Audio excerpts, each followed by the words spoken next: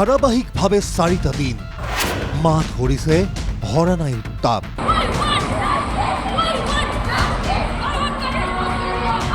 প্ৰতিবাদ মুখৰ ঢিং আজিও কম্পমান। এটা অভিযুক্তৰ মৃত্যু, আন দুটা পলাতক। ঢিঙৰ ৰাইজ ভাগৰা নাই। আজি 12 ঘণ্টীয়া অনশন। কৃষ্ণ জন্মাষ্টমীৰ আয়োজন এৰি নিৰ্যাতিতাৰ ন্যায় বিচাৰি ৰাজপথত মহিলা। বিগত 4টা দিনে চলি আছে প্ৰতিবাদ। ঢিঙত সংঘটিত নাৰকীয় ঘটনাৰ প্ৰতিবাদত সকলোৱে একত্ৰ প্ৰতিবাদ সাব্যস্ত কৰিছে। চলি থকা প্ৰতিবাদ 2 পলাতকৰ কঠোৰ শাস্তি নোহোৱা পৰ্যন্ত অব্যাহত ৰখাৰ অংগীকাৰ প্ৰতিবাদকাৰীৰ। 2জন দৰ্শনকাৰী এতিয়াও কৰায়ত্ব কৰিব পৰা নাই।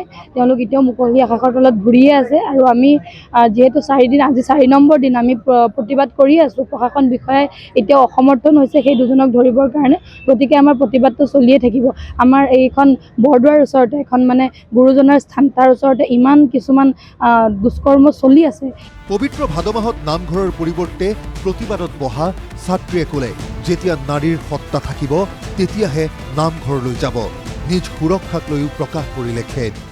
আজি জন্মাষ্টমী বিশেষ দিনটোত আমি নামঘৰত থাকিব লাগিছিল, কিন্তু যেতিয়া নাৰীৰ সত্তা থাকিব তেতিয়াহে নামঘৰলৈ যাব। আৰু যিটো দেশত পৰিস্থিতি হৈ আছে, আমি যে নাৰী জাতি মুক্ত মনে থাকিব পাৰিম, আমাৰ সত্তা যে জীয়াই থাকিব পাৰিব, আমি কিন্তু নাভাবোঁ। ৰাইজৰ প্ৰতিবাদত চামিল হ'ল ৰাইজৰ দলৰ সভাপতি তথা বিধায়ক অখিল গগৈ। পোন প্ৰথমবাৰলৈ অখিলৰ মুখত আচুৰ প্ৰশংসা। প্ৰতিবাদৰ গণতান্ত্ৰিক ৰূপ অক্ষুণ্ণ ৰখাক লৈ ধন্যবাদ বাণী অখিলৰ। গোটেই দিছপুৰ ইয়ালৈ উঠি আহিবলৈ আপোনালোকে বাধ্য কৰাই দিছে। এইটো 2 নম্বৰ আপোনালোকৰ এই আন্দোলনটোৰ মই ভাবোঁ কৃতিত্ব। সেইকাৰণে মই কেতিয়াও সদৌ ছাত্ৰ সন্থাক মই ৰাজহুৱাকৈ প্ৰশংসা কৰি পোৱাই নাই। এইবাৰে প্ৰথম মই জীৱনত একদম ৰাজহুৱাকৈ প্ৰশংসা কৰোঁ। সকলোৱে কোৱা নাই দেই, এনেই মই মিছা কথা নকওঁ, মই খোলাখুলিকৈ কথা কওঁ, আপোনালোকে সকলোৱে জানে যে মই এই প্ৰথমবাৰৰ কাৰণে সদৌ অসম ছাত্ৰ সন্থাই এনেকৈ ধাৰাবাহিক এটা আন্দোলন চলাই থকাৰ কাৰণে, নাৰী সুৰক্ষা কমিটিয়ে এনেকৈ ধাৰাবাহিক এটা আন্দোলন চলাই থকাৰ কাৰণে, আৰু ঢিংবাসী ৰাইজে এই ধাৰাবাহিক আন্দোলনটো চলাই থকাৰ কাৰণে মই আপোনালোকক মোৰ ৰাইজৰ দলৰ তৰফৰ পৰা লগতে অখিল গগৈ হিচাপে আপোনালোকক মই ধন্যবাদ আৰু কৃতজ্ঞতা জনাইছোঁ। পলাতক অভিযুক্তক শীঘ্ৰে কৰায়ত্ব কৰি দৃষ্টান্তমূলক শাস্তিৰ দাবী অখিল গগৈৰ। এতিয়াও যি 2জন এতিয়ালৈকে অপৰাধীক এতিয়ালৈকে গ্ৰেপ্তাৰ কৰা নাই, তেওঁলোকক অনতিবিলম্বে গ্ৰেপ্তাৰ কৰিব লাগে। আৰু গ্ৰেপ্তাৰ কৰি 2জনকে মই ভাবোঁ যে ফাষ্ট ট্ৰেক কোৰ্ট কৰি 2জনকে ফাঁচি দিয়াৰ ব্যৱস্থা কৰিব লাগে। 2জনক ফাঁচি দি দিলেহে এনেকুৱা ধৰণৰ দৃষ্টান্তমূলক শাস্তি, ফাঁচি যদি 2 মাহ বা 3 মাহ কোৰ্টৰ হেৰি কৰি প্ৰমাণো কৰি লয় যে এই ল'ৰাকেইটাই হয় আৰু এইটোৱে কৰিছে, আৰু এনেকৈ যদি কৰি লৈ ফাঁচি দি দিয়াৰ ব্যৱস্থা কৰে। একবাৰ ফাঁচি দি দিলে মই ভাবোঁ যুগান্তৰলৈ মানুহে বুজি পাই যাব যে ধৰ্ষণৰ শাস্তি পৃথিৱীৰ আটাইতকৈ ডাঙৰ শাস্তি, আৰু এই কাম কেতিয়াও কৰা উচিত নহয়।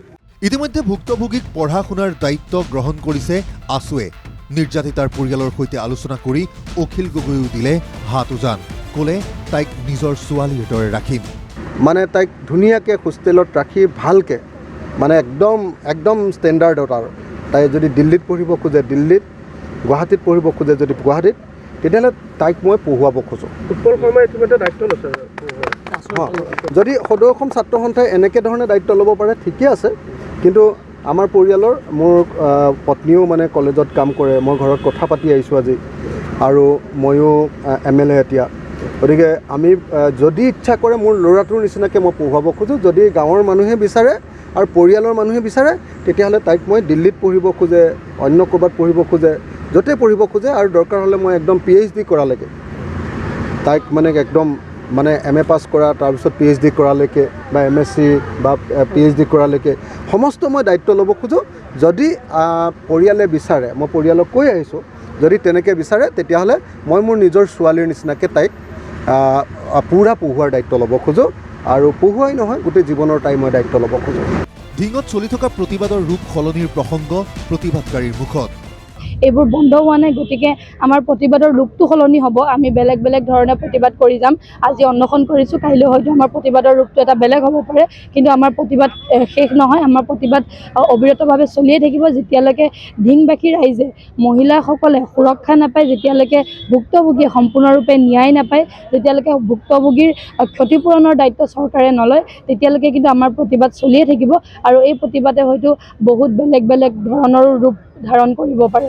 ধিঙৰ প্ৰতিবাদৰ উত্তাপ বিয়পিছে ৰাজ্যৰ প্ৰান্তে প্ৰান্তে। নাৰী সুৰক্ষাৰ দাবী কলিয়াবৰতো ওলাই আহিল মহিলা শক্তি।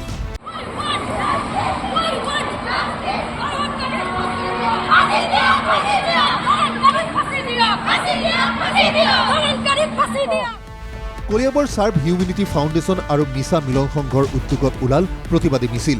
প্ৰান্তে প্ৰান্তে প্ৰতিবাদ আজিও অব্যাহত আছে।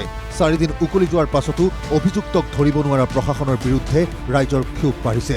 লক্ষণীয় হ'ব আৰক্ষী প্ৰশাসনে অভিযান কিমান দ্ৰুততৰ কৰে।